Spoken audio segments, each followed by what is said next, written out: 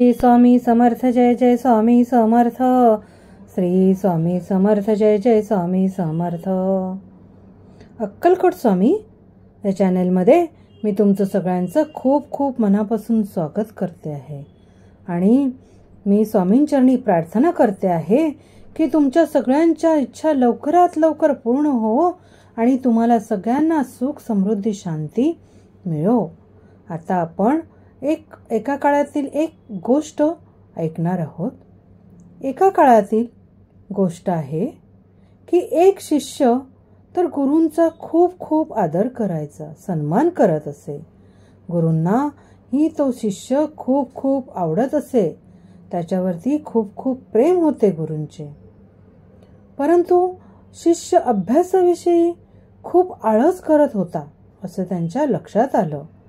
नेहमी अभ्यासापासून खूप खूप दूर पळून जायचा प्रयत्न करायचा, असे जेणेकरून आजची कामे उद्यावर ढकलत न्यायचा। आता गुरुजींना पण त्या शिष्याविषयी खूप चिंता लागली होती। त्यांना ही भीती होती की हा जीवनात संघर्षात हरणार तर नाही ना।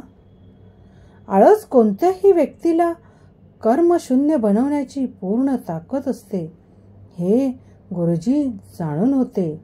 अशी व्यक्ती कोणतेही कष्ट न करता फळाची अपेक्षा करत असते आणि आळशी व्यक्तीमध्ये जलद निर्णय घेण्याची क्षमता नसते आणि जरी निर्णय घेतला तरी लगेच कामामध्ये यश नाही मिळत त्यांना आणि त्यांना जमतच नाही हे लगेच काम करणे। त्यामुळे नशिबाने मिळणाऱ्या संधीचा फायदा उठवणार कलेमध्ये ते भरपूरच कुशल असतात। गुरूंनी आपल्या शिष्याच्या कल्याणासाठी तर मनात एक योजना आखली। एके दिवशी शिष्याच्या हातात काळ्या दगडाचा तुकडा देऊन गुरुजी म्हणाले, मी तुला जादुई दगडाचा तुकडा 2 दिवसासाठी देत आहे आणि मी दुसऱ्या गावात आहे। तू ज्या लोखंडी वस्तूला स्पर्श करशील त्याचे सोन्यात रूपांतर होईल। पण लक्षात ठेव, सूर्यास्त होण्यापूर्वी दुसऱ्या दिवशी मी तो दगड तुझ्याकडून परत घेईन। शिष्य ही संधी मिळाल्यामुळे खूप खूप खुश झाला। आळशी असल्यामुळे त्याने पहिला दिवस हाच निर्णय करण्यात घालवला की जेव्हा त्याच्याजवळ सोनं असेल त्यावेळी तो किती प्रसन्न खुश आणि असे एवढे नोकर चाकर असतील की त्याला पिण्यासाठी पाणी सुद्धा घेण्यासाठी उठावं लागणार नाही।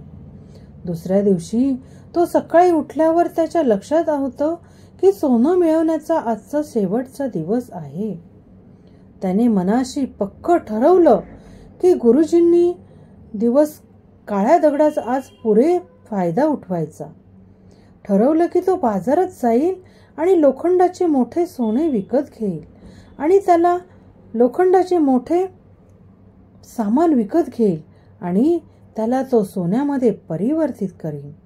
दिवस पुढे सरत चालला होता, परंतु तो अजून विचारत होता की अजून खूप वेळ आहे, आपल्याकडे कधीही बाजारात जाऊन सामान आपण घेऊन येऊ शकतो। त्याने ठरवलं की दुपारचं जेवण झालं की आपण बाजारात सामान घ्यायला जायचे, परंतु जेवल्यानंतर त्याला विश्राम करण्याची सवय होती आणि त्याने बाजारात जाण्याऐवजी थोडा आराम करण्याचा विचार केला। परंतु आळशी असा तो पूर्णपणे गाढ झोपून गेला आणि जेव्हा उठला तेव्हा कळले की सूर्यास्त होण्याच्या मार्गावर आहे आणि आता तो वेगाने बाजाराकडे पळू लागला होता। परंतु रस्त्यातच त्याला गुरुजी भेटले आणि ते म्हणाले, बघता क्षणी त्याने त्यांचे पाय धरून तो त्यांची विनवणी करू लागला की अजून एक दिवस त्याला तो दगड ठेवण्यासाठी द्यावा। पण गुरुजी ऐकायला तयार नव्हते आणि शिष्य श्रीमंत व्हायचे स्वप्न हे स्वप्नच राहिले।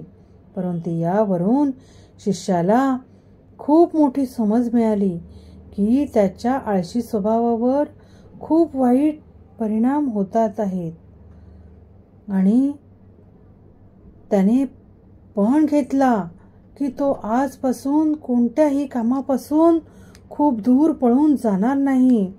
आयुष्यात कष्टाला खूप खूप प्राधान्य देऊन एक व्यक्ती अशी बनवून दाखवेल की एक यशस्वी व्यक्ती बनवून दाखवेल. मित्रांनो, माझ्या प्राणप्रिय स्वामी भक्तांनो, जीवनात आपल्याला एकापेक्षा एक संधी उपलब्ध होत असतात, परंतु खूप लोक ह्या संधीचे सोने करतात आणि खूप लोक या संधी आपल्या आळसामुळे वाया घालवतात. म्हणून मी तुम्हाला सांगू इच्छिते की जर तुम्ही यशस्वी, आनंदी, श्रीमंत व्हायचे असेल तर आळस सोडावाच लागेल आणि आपल्यामध्ये जागृती यासारख्या गणना विकसित करायला हवेत. आणि जेव्हा केव्हाही कोणतेही आवश्यक काम टाळण्याचा विचार तुमच्या मनात आला तर स्वतःला एक विचारा, आज का नाही, उद्या का, असा प्रश्न स्वतःला तुम्ही विचारा. आणि आपण आता अशा प्रकारे स्वामींचा कृपातारक मंत्र म्हणूया. निशंक होई रे मना, निर्भय होई रे मना, प्रचंड स्वामी बळ पाठीशी नित्य आहे रे मना. आतर्क्य अवधूत हे स्मरणगामी, अशक्य ही शक्य करतील स्वामी, अशक्य ही शक्य करतील स्वामी. थँक्यू स्वामी.